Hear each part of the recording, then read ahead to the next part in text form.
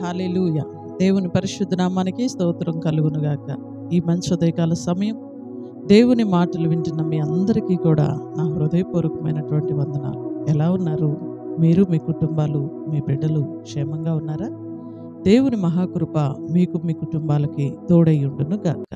ఆమేన్. పరిశుద్ధ గ్రంథంలో నుండి ఒక వాక్యాన్ని మనం చదువుకుందాం. చూడండి, నిర్గమాకాండ గ్రంథం 15వ అధ్యాయం 26వ వచనం 5వ లైన్ మనం చదువుకుందాం. నిర్గమాకాండ గ్రంథం 15వ అధ్యాయం 26వ వచనం 5వ లైన్ మనం చదువుకుందాం. నిన్ను స్వస్థపరచు యెహోవాను నేనే అనెను. హల్లెలూయా. మన తండ్రి అయినటువంటి దేవుడు ఇశ్రాయేలీయుల ప్రజలతో ఒక అమూల్యమైన వాగ్దానాన్ని తెలియచేస్తూ ఉన్నారు. ఏంటయ్యా అది అంటే, నిన్ను స్వస్థపరచు యెహోవాను నేనే. మనం ఆరాధిస్తున్న దేవుడు స్వస్థపరిచే దేవుడు. ఎవరినైనా స్వస్థపరచగలడు. ఎంత ఘోరమైన వ్యాధిలో ఉన్నా సరే దేవుడు స్వస్థపరచడానికి శక్తి కలిగినటువంటి దేవుడు అండి. క్రొత్త నిబంధన గ్రంథంలో గనక మనం చూస్తే మత్తయి సువార్త, మార్కు సువార్త, లూకా సువార్త, యోహాను సువార్తలో యేసు ప్రభువారు ఈ భూమి మీద సంచరిస్తున్నటువంటి దినాల్లో ఆయన ఏ మార్గం గుండా వెళుతున్నారని ప్రజలకు తెలిసినా అనేక మంది రోగులను, వ్యాధిగ్రస్తులను, దెయ్యములు పట్టిన వారిని ఆయన వెళ్ళే మార్గంలోనికి తీసుకొచ్చారు. ఆయన ఏ ఇంట ఉన్నారో తెలుసుకొని ఆ ఇంటి దగ్గరకు రోగులందరినీ తెచ్చుకున్నారు. ఎందుకు తెచ్చుకున్నారు అంటే, ప్రభువైన యేసు క్రీస్తు వారు స్వస్థపరచడానికి శక్తి కలిగిన దేవుడు అని ప్రజలందరూ కూడా తెలుసుకున్నారు. ఆయన కూడా అండి, ఆయన దగ్గరకు వచ్చిన వారిని ఎవరిని త్రోసివేయకుండా అందరినీ కూడా స్వస్థపరుస్తూ బాగు చేస్తూ వచ్చాడండి. దేవునికి స్తోత్రం చెల్లిద్దామా? హల్లెలూయా. దేవుడు స్వస్థపరిచే దేవుడే. ఖచ్చితంగా ఎవరినైనా ఆయన బాగు చేస్తాడు. దేవుడు మమ్మల్ని పిలిచి ఏర్పాటు చేసుకొని ఆయన యొక్క ఈ గొప్ప పరిచర్యని దేవుడు మాకు అప్పగించినప్పుడు ఈ పరిచర్యలో చాలా మందిని దేవుడు బాగు చేశాడు, స్వస్థపరిచాడండి. ఆయన స్వస్థపరుస్తాడు అని మేము నోటితో చెప్పటమే కాకుండా మా కళ్ళతో మేము చాలామందిని 25 సంవత్సరాలుగా ఎంతో మందిని దేవుడు మా చేతుల మీదుగా బాగు చేశాడు, స్వస్థపరిచాడు. HIV రోగాలతో ఇక బ్రతకడు, చచ్చిపోతాడు అని వైద్యులు చెప్తే మందిరానికి తీసుకొస్తే ప్రార్థన చేస్తే మా పరిచర్యలో HIV రోగగ్రస్తులు 2-3 దేవుడు బాగు చేశాడు. దేవుని స్తోత్రం చెల్లిద్దామండి. హల్లెలూయా.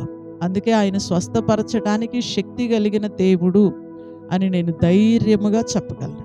నా కళ్ళ ముందు జుట్టంతా ఊడిపోయి, కనురెప్పలన్నీ రాలిపోయి, ఇక బ్రతకదు, నమ్మకం లేదనుకున్న వ్యక్తిని కూడా దేవుడి పరిచర్యలో బాగు చేశాడు. దేవునికి స్తోత్రం చెల్లిద్దామండి. హల్లెలూయా.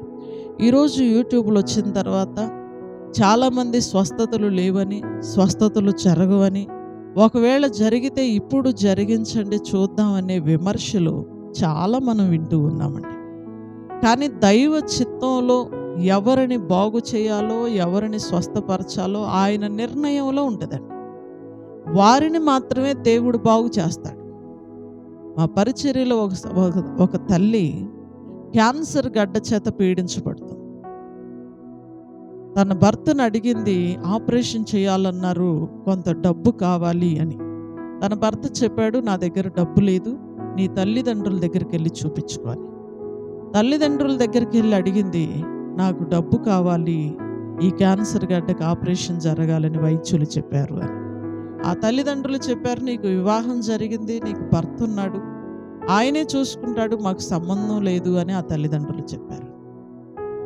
ఇటు భర్త నీ తల్లిదండ్రులతో చూపించుకోమని, అటు తల్లిదండ్రులు నీ భర్తతో చూపించుకోమని, ఇంకా ఎవరిని అడగాలో, ఎవరి దగ్గర డబ్బు తెచ్చుకోవాలో, ఎలా స్వస్థత పొందాలో ఆ తల్లికి ఏం అర్థం కాక చాలా ఏడుస్తూ మందిరానికి వచ్చింది. వైద్యులు అంటున్నారు, నీకు తక్షణమే ఆపరేషన్ చేయాలి, లేకపోతే నువ్వు చచ్చిపోతావు. ఆ తల్లి దగ్గర డబ్బు లేదు, ఎవరు ఆమెకు సహాయం చేసేవాళ్ళు లేరు. ఆ సమయంలో ఆ తల్లి మందిరానికి వచ్చి ప్రార్థన చేసుకొని చాలా ఎక్కి ఎక్కి ఏడ్చింది. పాస్టర్ గారు అడిగారు, ఎందుకమ్మా అలాగ ఏడుస్తున్నావు అని. ఆ తల్లి చెప్పింది, నా పరిస్థితి ఇదయ్యా, కొన్ని రోజుల్లో నేను చచ్చిపోతున్నాను, నా దగ్గర ఆపరేషన్ చేయించుకోవడానికి డబ్బు లేదు, నాకు క్యాన్సర్ గడ్డ వచ్చింది, ఇక బ్రతకు అని వైద్యులు చెప్తున్నారు. అప్పుడు దైవజనులు చెప్పారు, నువ్వు నమ్మితే దేవుడు ఖచ్చితంగా నీకు సహాయము చేస్తాడు, నమ్ముట నీ వలనైతే నమ్మువానికి సమస్తము సాధ్యమే అని బైబిల్ గ్రంథంలో వ్రాయబడి ఉందమ్మా. నువ్వు యేసుక్రీస్తుని హృదయపూర్వకంగా అంగీకరిస్తే అది ఎంత భయంకరమైన వ్యాధి అయినా సరే, నేను ఆరాధిస్తున్న దేవుడు ఖచ్చితంగా నిన్ను స్వస్థపరుస్తాడు అని సేవకులు చెప్తే ఆ తల్లి నమ్మి విశ్వసించి ప్రార్థన చేయించుకుని వెళ్ళింది. మీరు ఖచ్చితంగా నమ్మండి, వారం 10 రోజుల్లో డాక్టర్ దగ్గరికి వెళ్తే నీకు గడ్డ లేదు, ఏం జరిగింది అని డాక్టర్ గారు అడిగారు. దేవుని స్తోత్రం చెల్లిద్దామండి. హల్లెలూయా. నేను ఆరాధిస్తున్నటువంటి నా తండ్రి అయిన దేవుడు ఈ పరిచర్యలో క్యాన్సర్ గడ్డల్ని కరిగింపచేశాడు. HIV రోగాల నుండి దేవుడు విడుదలిచ్చి దాదాపు 20-22 సంవత్సరాలుగా వాళ్ళు ఇప్పటికీ సజీవ సాక్షులుగా బ్రతికే ఉన్నారు. దేవునికి స్తోత్రం చెల్లిద్దాం.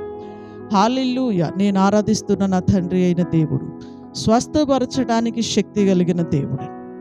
బైబిల్ గ్రంథంలో అదే చెప్తున్నారు, ఆయన నిన్ను స్వస్థపరచు యెహోవాను నేనే. అయితే మీరు నన్ను అడగొచ్చు, మరి చాలామందికి స్వస్థత లేదుగమ్మా, ఈ మందిరంలోనే ఉన్నారు, చాలామంది రోగగ్రస్తులుగా ఉన్నారు, చాలామంది వ్యాధిగ్రస్తులుగా ఉన్నారు, స్వస్థత లేక బాధపడుతున్నారు అని మీరు నన్ను అడగొచ్చు. బైబిల్ ఏమని తెలియచేస్తూ ఉంది అంటే, చూడండి 26వ వచనం ప్రారంభం నుండి మనం చదువుకుంటే, మీ దేవుడైన యెహోవా వాక్కును శ్రద్ధగా విని ఆయన దృష్టికి న్యాయమైనవి చేసి ఆయన ఆజ్ఞలకు విధేయులై ఆయన కట్టడలన్నిటినీ అనుసరించి నడిచిన ఎడల నేను ఐగుప్తీయులకు కలగచేసిన రోగములలో ఏదియూ మీకు రానివ్వను, నిన్ను స్వస్థపరచు యెహోవాను నేనే. హల్లెలూయా. మనం అంటాం, నిన్ను స్వస్థపరచు యెహోవాను నేనే అన్నావు గయ్యా, నువ్వు స్వస్థపరచయ్యా, నువ్వు బాగు చేయయ్యా, నువ్వు ఆరోగ్యం ఇవ్వయ్యా అని మనం అంటాం. కానీ దానికి ముందు చాలా విషయాలు ఆయన చెప్పుకుంటూ వచ్చారు. ఏమని అంటే, దేవుడైన యెహోవా మాటని శ్రద్ధగా వినాలి.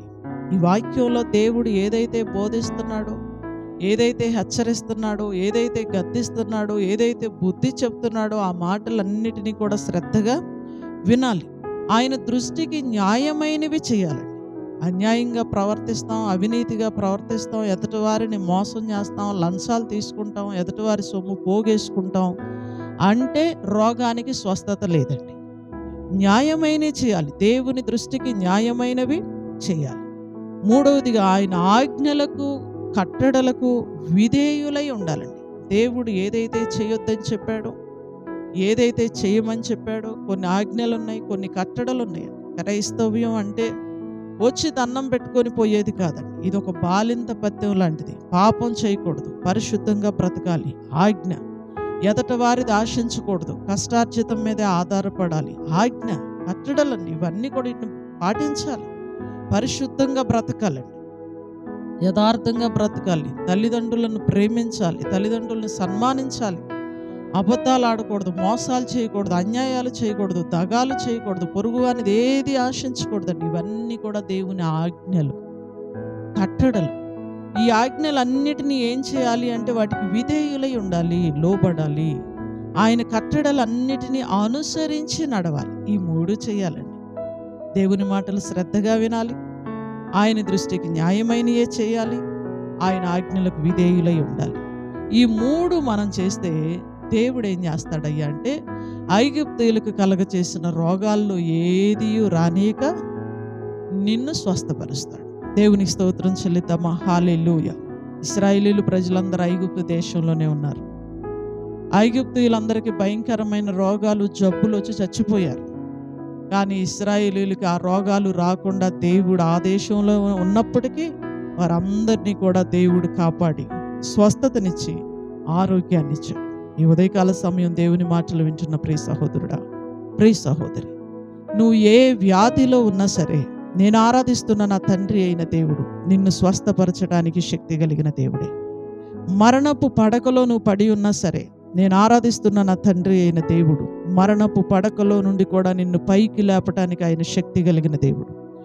ఎప్పుడు చేస్తాడయ్యా అంటే ఆయన మాటలు నువ్వు శ్రద్ధగా వినినప్పుడు, ఆయన దృష్టికి నువ్వు న్యాయమైనవి చేసినప్పుడు, ఆయన కట్టడలను అనుసరించి నువ్వు నడిచినప్పుడు, ఆయన చెప్పింది నువ్వు చేసినప్పుడు ఖచ్చితంగా ఆయన నిన్ను బాగు చేస్తాడు, స్వస్థపరుస్తాడు, ఆరోగ్యం ఇస్తాడు. నువ్వు ఎవరివైనా సరే శ్రద్ధగా ఆయన మాటలు వినగలిగితే, నేను పాపిని అని గ్రహించి ఆయన దగ్గరకు నువ్వు రాగలిగితే ఆయన నిన్ను స్వస్థపరుస్తాడు, నీకు ఆరోగ్యాన్ని ఇస్తాడు. వైద్యులందరూ నువ్వు బ్రతకవని చెప్పినా దేవుడు నిన్ను బాగు చేస్తాడు.